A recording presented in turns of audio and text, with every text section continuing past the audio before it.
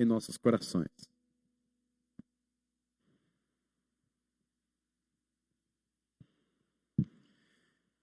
Não há Deus acima do Senhor, não há rocha como o nosso Deus. Ele é o nosso Deus, Ele é o Senhor, e é no nome dEle que nós vivemos e nos movemos e existimos.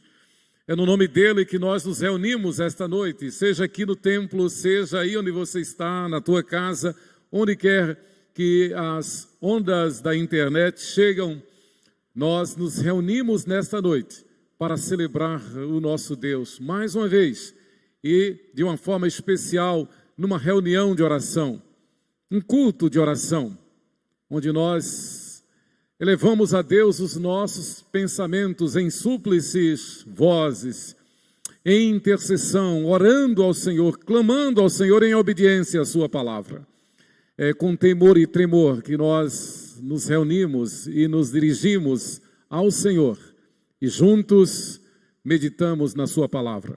Eu convido a todos a que abramos juntos o texto sagrado em o Evangelho segundo escreveu Marcos, no capítulo 1. Marcos, capítulo 1. Assim eu também saúdo a todos com a graça e a paz de nosso Senhor e Salvador Jesus Cristo. Marcos, capítulo 1. E nós vamos ler juntos. Eu convido você a que leiamos juntos. Marcos 1, de 1 a 8. Marcos 1, de 1 a 8. Princípio do Evangelho de Jesus Cristo, Filho de Deus. Conforme está escrito na profecia de Isaías, eis aí envio diante da tua face o meu mensageiro, o qual preparará o caminho. Voz do que clama no deserto, preparai o caminho do Senhor, endireitai as suas veredas. Apareceu João Batista no deserto, pregando o batismo de arrependimento para a remissão de pecados. Saíam a ter com ele toda a província da Judéia e todos os habitantes de Jerusalém, e, confessando os seus pecados, eram batizados por ele, João Batista, no rio Jordão. As vestes de João eram feitas de pelos de camelo, ele trazia um cinto de couro e se alimentava de gafanhotos e mel silvestre. E pregava dizendo, após mim vem aquele que é mais poderoso do que eu, do qual não sou digno de, curvando-me, desatar-lhe as correias das sandálias. Eu vos tenho batizado com água, mas ele, porém, vos batizará com o Espírito Santo. Eu vos tenho batizado com água, ele, porém, vos batizará com o Espírito Santo. Oremos, irmãos. Amado Deus e eterno Pai, mais uma vez nos dirigimos a Ti, em espírito e em verdade, Pai, agradecendo pelo privilégio que temos de cultuar, pela liberdade que temos de Te adorar, pela liberdade que temos em nossa nação, em nossa pátria, de testemunhar do Evangelho, de pregar o Evangelho, de cultuar de forma livre. Louvado seja o Teu nome, Pai.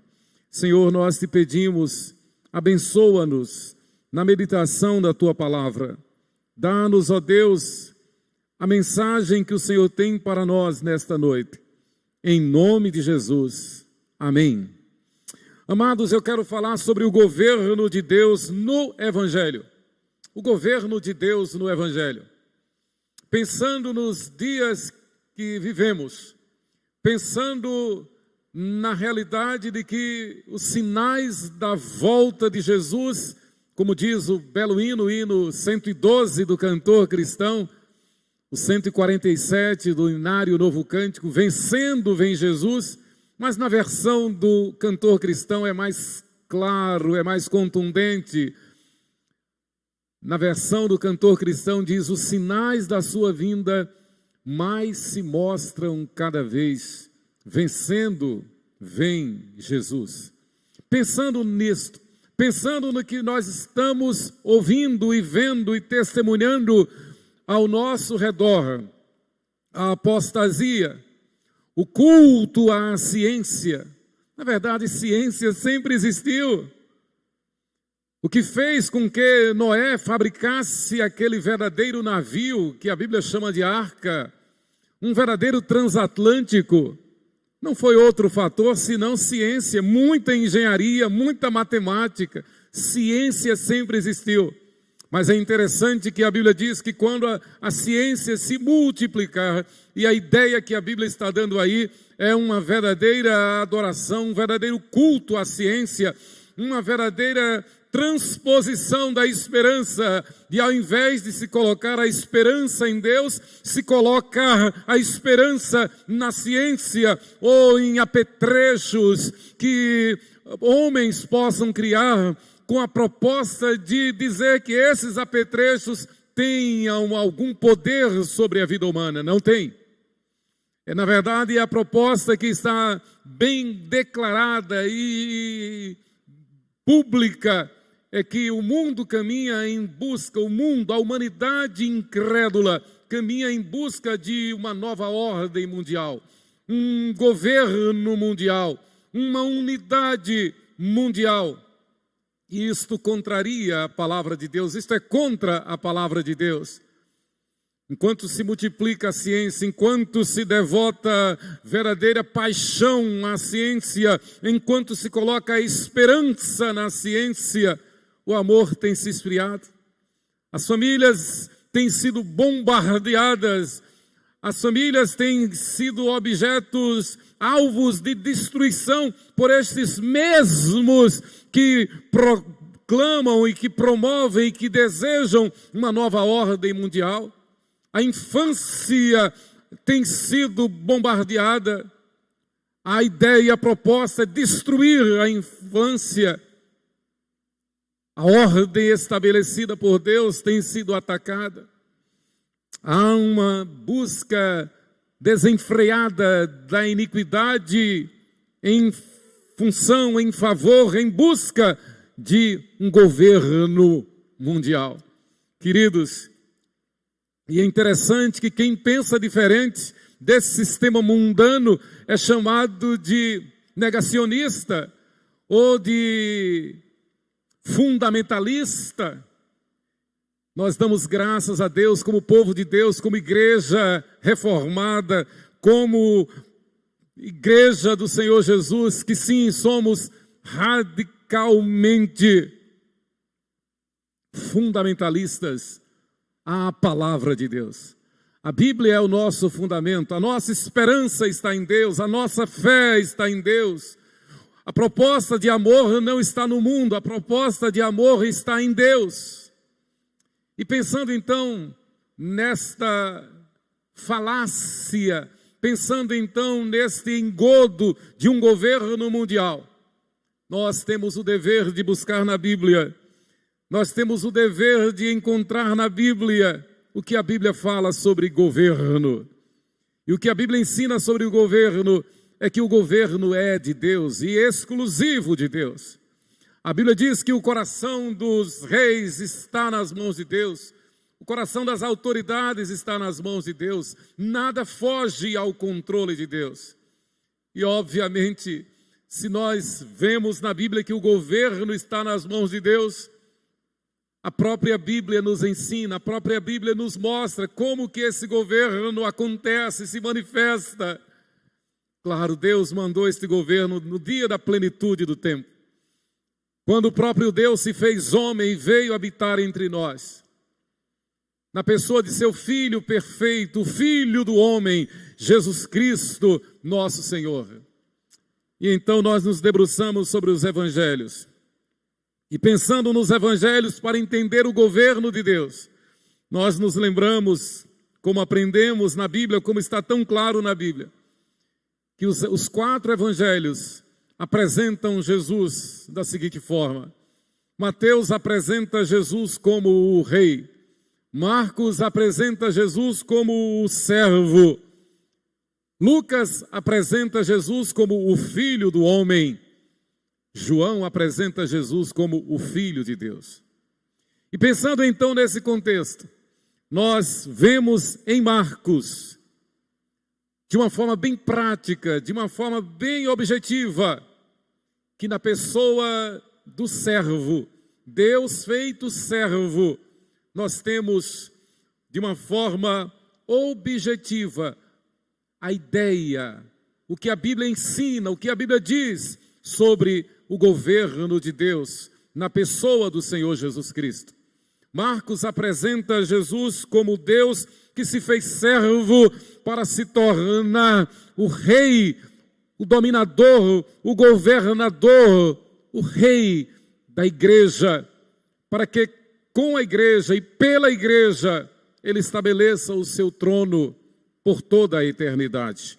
Então Deus vem e estabelece o seu governo, estabelece o seu reino, através do seu Filho perfeito na igreja, descartando, anulando de todo, totalmente, toda falácia, toda hipótese, toda possibilidade de um governo mundial. Não há governo mundial, há o governo do Senhor Jesus. Não há governo de homens, há o governo do Senhor Jesus. Esta é a proposta do Evangelho. Queridos, e Marcos começa dizendo, princípio do Evangelho de Jesus Cristo, Filho de Deus. No Evangelho, Jesus normalmente faz alusão a si mesmo como o Filho do homem, numa referência ao seu caráter messiânico, conforme o profeta Daniel profetizara. Veja comigo, Daniel capítulo 7, versículos 13 e 14. Como de forma tão clara, contundente, a Bíblia já anunciava quase 700 anos, 600 anos sobre o governo de Cristo estabelecido no mundo. Daniel 7, 13 e 14. Visão que Deus dera a Daniel. Eu estava olhando nas minhas visões da noite, e eis que vinha com as nuvens do céu um como o Filho do homem, e dirigiu-se ao ancião de dias, e o fizeram chegar até ele. Foi-lhe dado domínio e glória, e o reino para que os povos, nações e homens de todas as línguas o servissem. O seu domínio é domínio eterno, que não passará, e o seu reino jamais será destruído. Então, de antemão, de cara, a palavra de Deus nos anima, nos fortalece, nos conforta, gera em nós fé, gera em nós esperança, gera em nós amor. Não é por acaso que o tema da nossa igreja este ano é este. Pensando nas propostas mundanas, pensando nas investidas do príncipe deste mundo, do arqui-inimigo da nossa fé, da igreja, pensando nas artimanhas daquele que está aí para roubar, matar e destruir, daquele que é o pai da mentira e que propõe através dos seus asseclas, através dos seus seguidores, homens incautos que blasfemam contra Deus, propõe uma nova ordem, falácia, mentira, engodo do inferno. Não há nova ordem, haverá novos céus e nova terra. Não há governo humano, governo mundano que possa garantir a paz. O príncipe da paz é Jesus Cristo. O único governo que trará a luz, que trará a verdade, que trará a justiça, que trará a verdadeira paz, que é o governo eterno, é o governo do Senhor Jesus, é o governo anunciado no Evangelho, é o governo que é o próprio Evangelho. Como o apóstolo Paulo prova esta tese no primeiro capítulo da Epístola aos Romanos, declarando que o Evangelho é Jesus, Jesus é o Evangelho. Por essa razão ele diz, eu não me envergonho do Evangelho, porque é o poder de Deus para a salvação de todo aquele que crê. Marcos, como os demais evangelistas, prova de que o governo eterno, que o governo pelo qual nós devemos ansiar, no qual nós devemos colocar a nossa fé, a nossa esperança e com amor vivenciar, é o governo do Senhor Jesus Cristo. A proposta de Marcos é extremamente pertinente à sua época e à nossa época. num contexto em que os judeus estavam escravos dos romanos, em que os judeus vinham daquele período interbíblico em que durante 400 anos, 4 séculos, não fora levantado profeta. A propósito, Deus como que silenciou em termos de profecia. Agora Deus levanta o precursor João Batista, aquele homem da linhagem sacerdotal, filho do sacerdote Zacarias, que por viver a verdade, que por falar a verdade, fora excomungado da comunhão dos judeus, excomungado da linhagem sacerdotal, proibido de adentrar ao templo. Mas, movido pelo Espírito Santo, João Batista não perde tempo, não perde oportunidade, não perde a visão, do seu chamado. Reconhece que, como todo servo de Deus, fora chamado a viver pela fé, a viver em esperança, a viver o amor de Deus. É assim que ele é o precursor do Messias. É assim que ele começa a pregar, anunciando a vinda do Messias. E então ele anuncia, falando da parte de Deus, que o Messias é vindo, que o Messias é chegado. De forma tão clara, tão abençoada e abençoadora, João Batista diz: após mim vem aquele que é mais poderoso do que eu, do qual não sou digno de, curvando-me, desatar-lhe as correias das sandálias. O último profeta do Antigo Testamento, o homem chamado por Deus para fazer a transição entre o Antigo e o Novo Testamento. Ele que é aquele prometido, como dissera Isaías: eis aí envio diante da tua face o meu mensageiro, o qual preparará o teu caminho.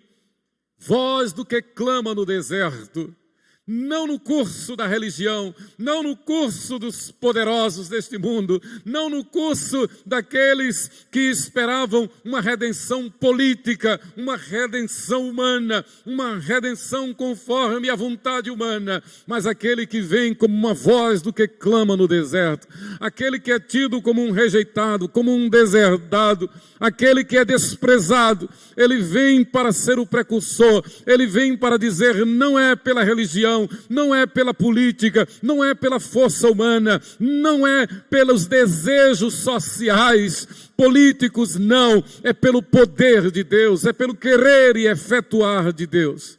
Voz do que clama no deserto, preparai o caminho do Senhor, endireitai as suas veredas. Esta é a mensagem do verdadeiro governo, o governo do Senhor Jesus, o governo do Evangelho.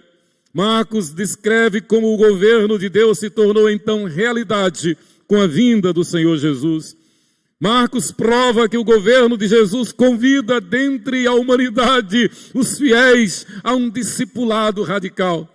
E que alegria, e que delícia, e que gozo espiritual, quando nós nos lembramos de que fomos chamados por Deus, fomos escolhidos por Deus. Nós estávamos mortos nos nossos delitos e pecados, nós vivíamos dominados pela nossa carnalidade, dominados pelo príncipe deste século, dominados por aquele que está aí para roubar, matar e destruir. Nós estávamos mortos nos nossos delitos e pecados, mas Deus, sendo rico em misericórdia, e por causa do seu grande amor com que nos amou, pela graça fomos salvos, pela graça somos salvos mediante a fé.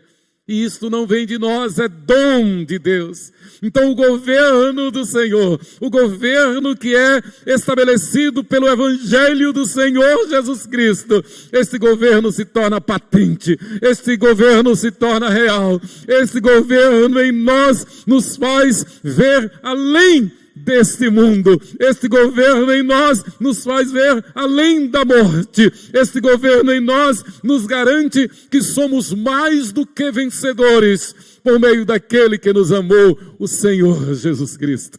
Este governo, o governo do Evangelho em nós, garante, autentica em nós a certeza, a virtude de viver neste mundo e não nos contaminarmos com este mundo. De vivermos neste mundo, mas não cedermos 1 milímetro às propostas deste mundo. A sermos, sim, santos, separados para Deus. Viver para Deus. Andar com Deus. Esta é a proposta do Evangelho. Queridos, este Marcos, é aquele mesmo João Marcos, que andou com Paulo, andou com Barnabé. Ele é conhecido como João Marcos no livro de Atos. Ele era filho de Maria, cuja casa tornara-se o local de reunião dos primeiros cristãos em Jerusalém. O texto mostra isto. Atos capítulo 2, versículos 12 e 13.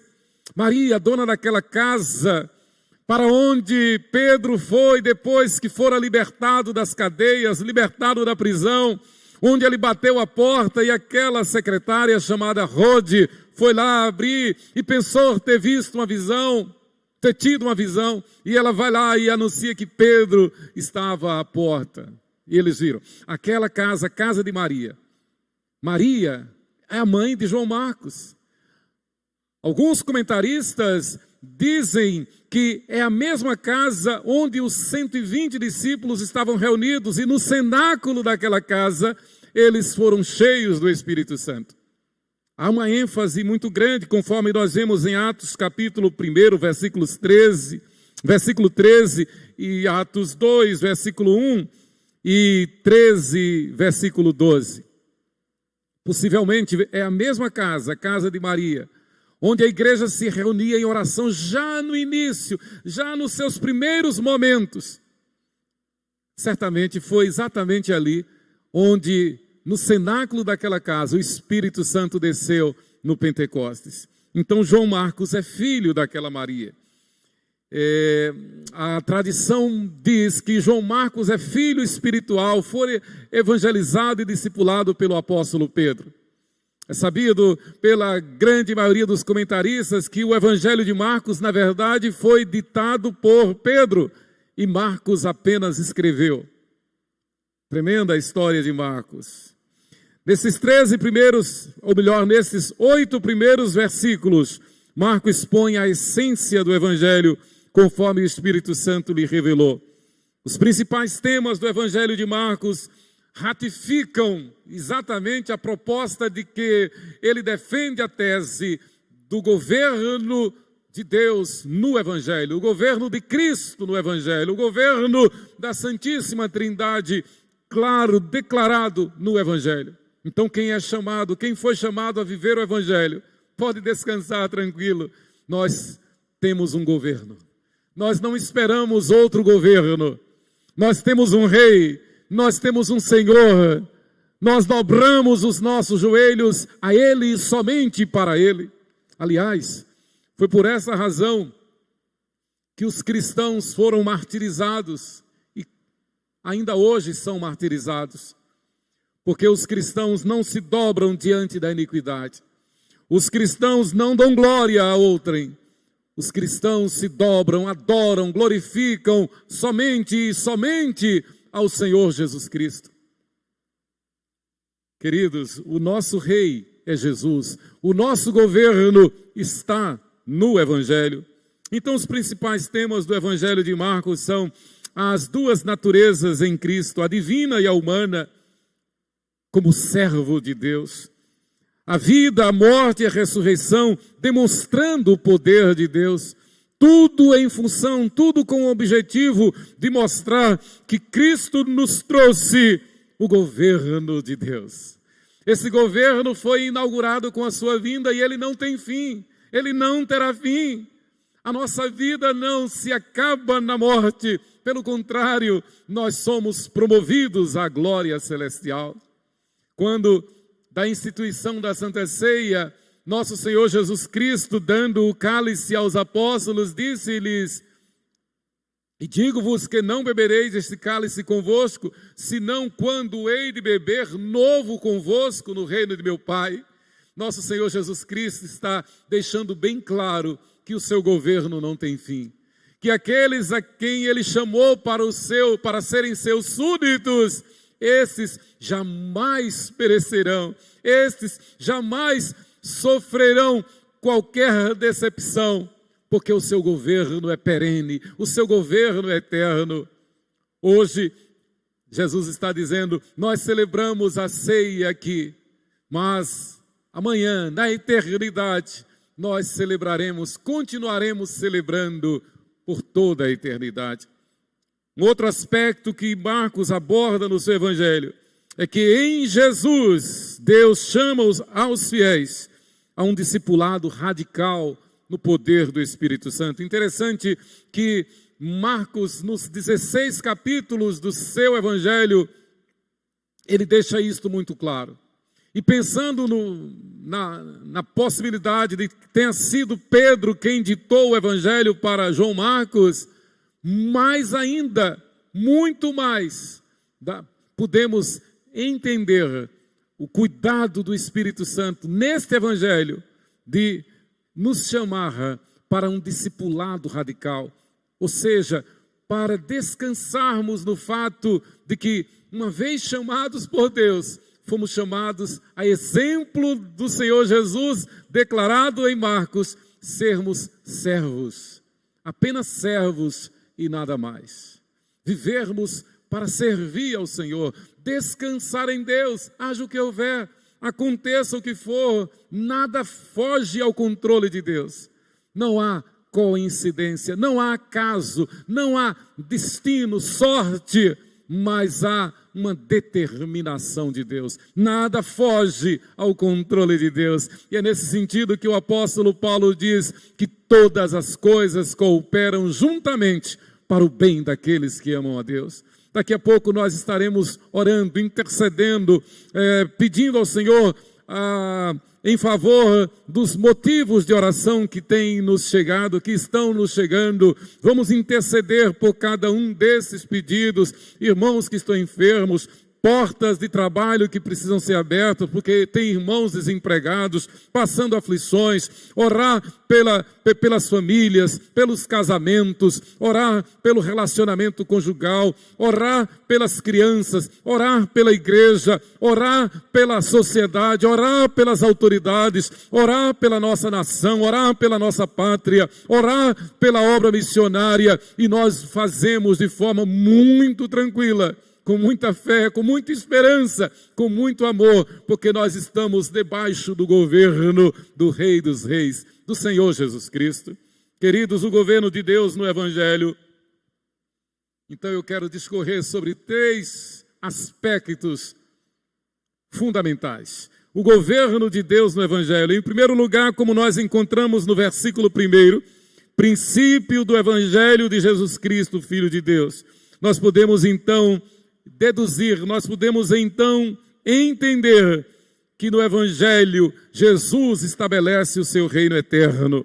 O termo Evangelho, Evangelion, é um termo no grego referente ao anúncio de boas novas, de alguma decisão política para o bem da sociedade, para o bem do povo. Era também, principalmente na antiguidade, um termo usado quando um exército vinha vencedor de uma batalha. Então, o primeiro anúncio da vitória daquele exército numa batalha, naquela batalha, era o Evangelho. Então, os súditos daquele estado, daquele reino, ficavam na expectativa para saber se vinha o Evangelho ou uma notícia de derrota. E quando vinha o Evangelho, era o sinal de que aquele estado, aquele exército fora vencedor na batalha. Então Jesus vem e é anunciado por João Batista, e Marcos registra princípio do Evangelho de Jesus Cristo. Ou seja, está sendo inaugurado um novo reino. Nada de nova ordem mundial, nada de governo unificado, nada de governo mundano controlando a humanidade. Quando essas coisas estiverem sendo anunciadas como estão, devemos nos lembrar que está muito próximo o grande e glorioso dia do retorno do Rei, da volta do Rei, daquele que vem para tomar tomar as rédeas, daquele que vem para julgar, daquele que vem para estabelecer então um novo céu e uma nova terra. Toda vez, todo instante na vida do crente, quando nós elevamos a Deus, em especial quando nós elevamos a Deus os nossos pensamentos em oração, principalmente, eu falei que todo instante, toda vez, todo momento na vida do crente, mas especialmente quando nos elevamos a Deus em oração, devemos estar conscientes de que o Senhor Jesus está voltando. Nós oramos, nós adoramos, nós cultuamos, nós testemunhamos, exatamente porque sabemos que o Senhor Jesus cumprirá a sua palavra. Ele voltará. Da mesma forma como ele subiu aos céus, e quando ele estava para ascender, para voltar aos céus, ele disse, os anjos disseram, os anjos anunciaram aos discípulos, este Jesus que dentre vós foi assunto aos céus, voltará do mesmo modo como o viste subir. Nós cremos, nós esperamos a volta do Senhor Jesus a qualquer hora, a qualquer instante. Então, o Evangelho é este anúncio. Ele veio, ele reina, ele voltará. Ele veio, ele vive, ele reina, ele voltará. Queridos, o Evangelho de Jesus traz esta mensagem de vitória eterna. Especialmente numa reunião de oração, nós pedimos, às vezes aquilo que nós pedimos não recebemos, às vezes nós intercedemos por uma causa e o desfecho não é como nós esperávamos, o resultado não é do jeito que nós esperávamos, mas independente do que acontece, do que vier a acontecer, o cristão fiel, aquele que é súdito do Senhor Jesus, tem a capacidade que nos é dada pelo Espírito Santo de descansar no Senhor. Às vezes nós pedimos algo e o Senhor não dá. Às vezes nós até jejuamos em favor de algo e o Senhor não dá. O Senhor não atende conforme nós pedimos. Mas nós descansamos porque sabemos que a vontade de Deus é boa, perfeita e agradável. Que todas as coisas, repito, cooperam para o bem daqueles que amam a Deus. Queridos, Marcos apresenta todo o seu livro, em todo o seu livro, nos 16 capítulos, como o princípio do Evangelho. E a ideia é que é exatamente uma história que não tem fim. É como o termo de conjugação no grego, um ato contínuo. Um ato contínuo. O Senhor iniciou o Evangelho e esse Evangelho continua acontecendo na vida da igreja, na vida dos salvos, na vida daqueles a quem Ele tem chamado. Queridos, interessante que para alguns comentaristas, esta expressão no princípio é exatamente para fazer-nos lembrar de que assim como foi no Gênesis, no início, e a Bíblia começa com essa expressão, no princípio criou Deus os céus e a terra. João no Evangelho ele diz, no princípio era o verbo. Marcos aqui, no princípio do Evangelho de Jesus Cristo. A ideia é exatamente que a obra da criação, ela não sofreu solução de continuidade. O plano de Deus, o plano diretor de Deus, não sofre solução de continuidade. Ele criou. E a despeito de o homem ter se rebelado contra Deus, a despeito de o homem ter optado pela morte e ter morrido nos seus delitos e pecados, o Senhor continua criando um novo céu, uma nova terra, uma nova geração que consigo estará por toda a eternidade. Então, estar no Evangelho, ser do Evangelho, é ter esta segurança, essa garantia de que nós viveremos eternamente com o Senhor. A obra que Ele começou não sofre solução de continuidade. Os percalços que sofremos no curso desta vida, os acidentes de percurso, os traumas, as dores consequentes do pecado não podem jamais nos separar do reino eterno, do governo do Senhor Jesus em nós. O Evangelho de Jesus Cristo, Filho de Deus, tem um princípio no tempo e no espaço, porém não há um ponto final, pois nos leva à vida eterna no porvir. Marcos capítulo 10, versículos 29 e 30, Marcos registrou: em verdade vos digo que ninguém há que tenha deixado casa, ou irmãos, ou irmãs, ou mãe, ou pai, ou filhos, ou campos, por amor de mim e por amor do Evangelho, que não receba já no presente o cêntuplo, 100 vezes mais, de casas, irmãos, irmãs, mães, filhos e campos, com perseguições, e no mundo por vir a vida eterna. Então, Marcos registra essa palavra de Jesus, deixando bem claro que a nossa segurança não está nas circunstâncias deste mundo. A nossa segurança não está na nossa saúde, na nossa longevidade, nos aplausos, até porque não os teremos como reino de Deus, como povo de Deus. A nossa segurança está em que, ainda que enfrentemos o vale da sombra da morte, não temeremos mal nenhum, porque o Senhor Jesus é Deus conosco. Ele disse ainda mais: eis que eu estarei convosco todos os dias.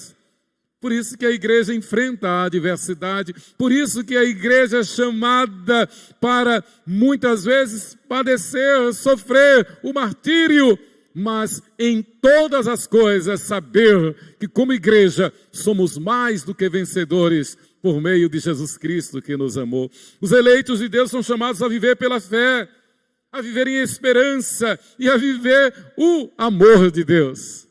É exatamente isso.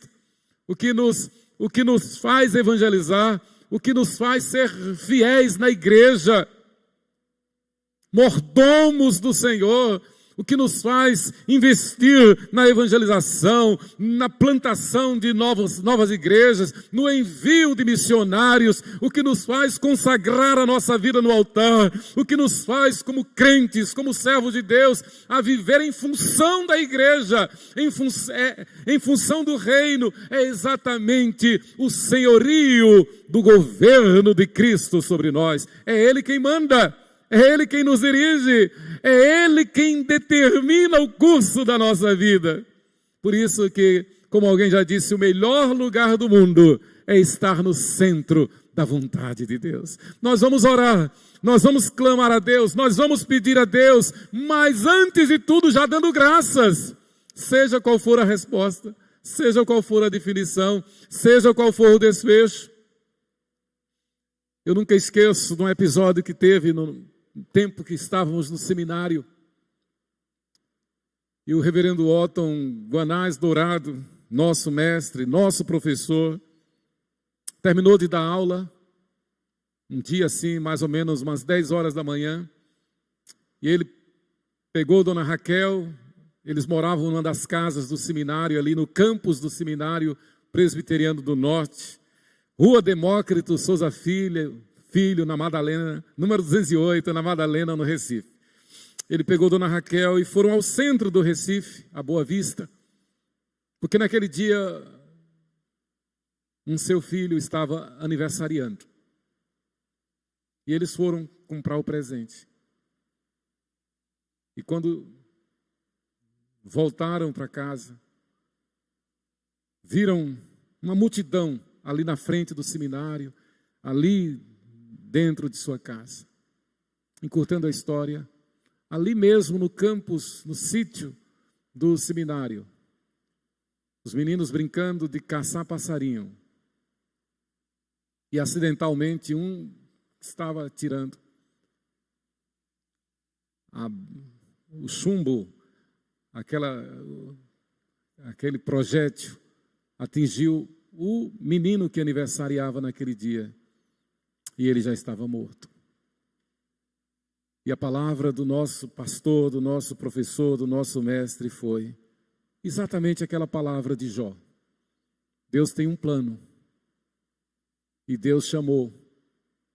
Porque Deus tem o governo na minha vida, na vida de meu filho, na minha família. O Senhor deu, o Senhor tomou, bendito seja o nome do Senhor. Queridos, quando nós oramos, não é simplesmente para sair contando aquilo que nos agrada. Quando nós oramos é, antes de tudo, para dizer ao mundo que nós nos submetemos ao governo do Senhor. E que a nossa morada não é neste mundo. A nossa morada, como fiéis, como igreja, como eleitos, é na glória celestial. Que nenhuma proposta deste mundo, ainda que tenha o nome de ciência, que nenhuma oferta deste mundo pode nos afastar do amor de Deus que está em Cristo Jesus. Nós temos um governo, e esse governo nos garante vida eterna. E esse governo nos ensina a não nos deixar iludir com propostas seculares, com propostas deste mundo. A nos impressionar que podemos aumentar um côvado ao curso da nossa vida. A Bíblia diz que é impossível. Os nossos dias estão escritos e determinados, mesmo quando eles nem haviam ainda. Em segundo lugar, o Evangelho é o governo prometido desde antes da fundação do mundo e anunciado pelos profetas. Aos judeus, Jesus asseverou: antes que Abraão existisse, eu sou. Então o governo do Evangelho, o governo de Cristo, é de eternidade a eternidade. E a igreja precisa lembrar disso. Os fiéis precisam lembrar disso.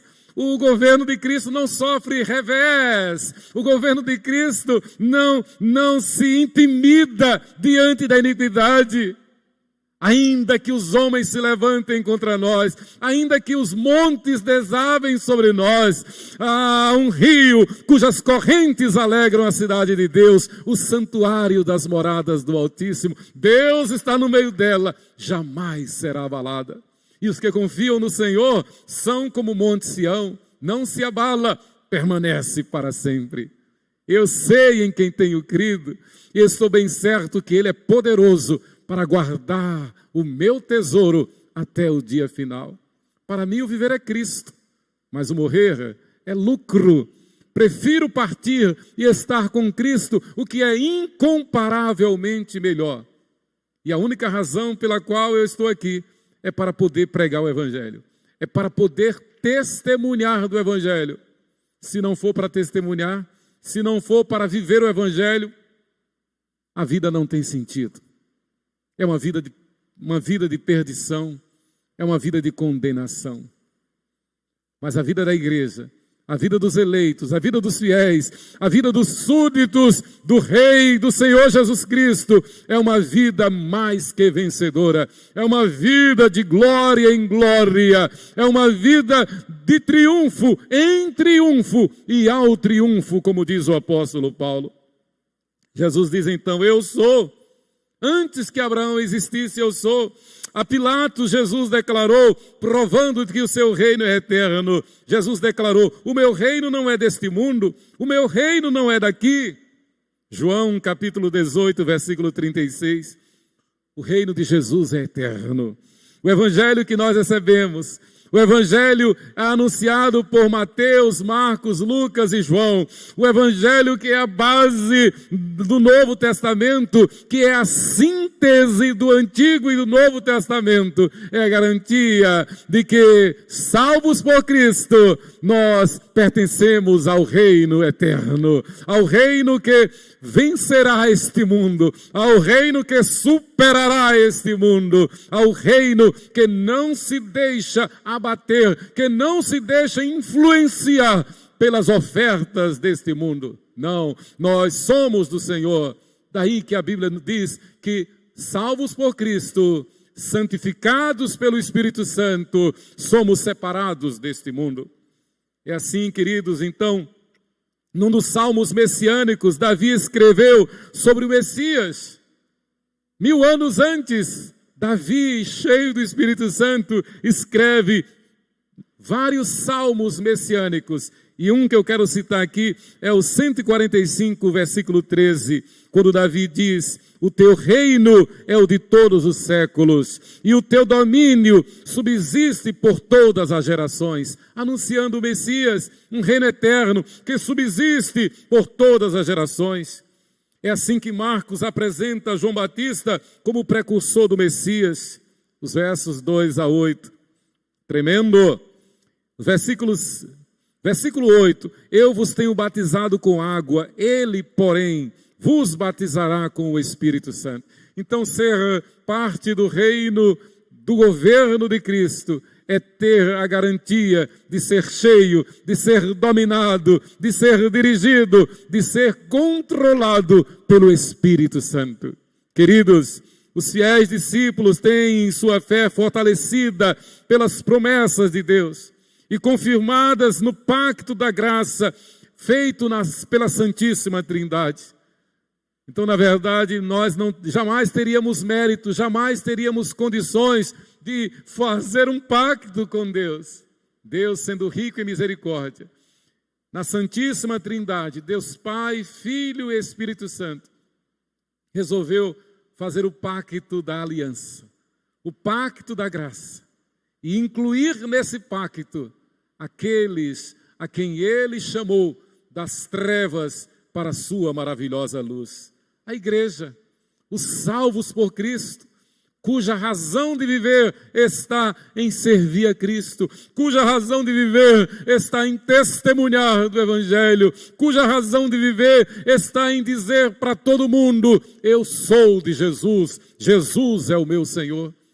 Como disse uma criança aqui no culto infantil há alguns dias, depois de receber a mensagem naquele culto infantil, ele respondeu à professora: professora, amanhã eu vou para a escola e vou levar minha Bíblia, porque eu quero evangelizar os meus colegas. Esta é a proposta do Evangelho, esta é a maneira de viver dos salvos por Cristo. Os fiéis discípulos de Cristo têm sua fé fortalecida pelas promessas de Deus, confirmadas no pacto da graça. João Batista disse: eu vos tenho batizado com água, ele, porém, vos batizará com o Espírito Santo.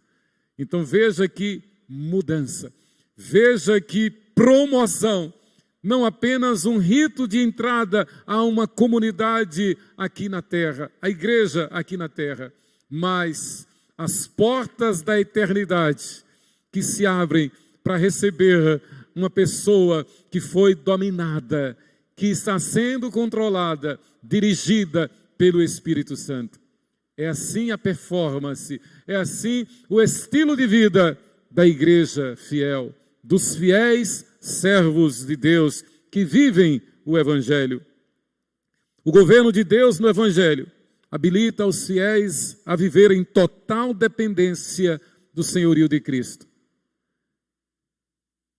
Não dá para imaginar alguém que conhece a Cristo, alguém que conhece o Evangelho, alguém que entenda a mensagem do Evangelho, de que Deus se fez carne e veio ao mundo habitar entre nós, cheio de graça e verdade, e que resolveu ir à cruz para ser morto pelos nossos pecados, para ser sepultado em nosso lugar, e ao terceiro dia ressuscitado entre os mortos, perdoando os nossos pecados, vencendo a nossa morte e garantindo-nos a justificação pela fé, a ressurreição para todos os que creem. É impossível imaginar que alguém que tenha entendido esta mensagem possa perdê-la. Aliás, não perde. Da mesma forma, é triste pensar que alguém que tenha ouvido esta mensagem, que tenha entendido esta mensagem, não siga ao Senhor Jesus. É triste, é lamentável. A ideia então é, se você ouviu a mensagem, se você entendeu a mensagem, não endureça o teu coração. O escritor da Epístola aos Hebreus diz: hoje, se ouvirdes a voz de Deus, não endureçais o vosso coração. Creia no Senhor Jesus. Ele veio ao mundo para morrer na cruz em nosso lugar por causa dos nossos pecados que nos separavam de Deus, para que todo aquele que nele crê não pereça, mas tenha a vida eterna. O seu governo é de eternidade a eternidade. Que Deus nos abençoe. Que Deus nos encha da sua graça e que nós oremos descansados, confiantes, oremos com fé, oremos com esperança e oremos fundamentados no amor de Deus, descansando, sabendo que Ele tem o controle, sabendo que tudo Ele faz como lhe agrada e sabendo que todas as coisas cooperam para o bem daqueles que o amam. Que Deus nos abençoe. Amém.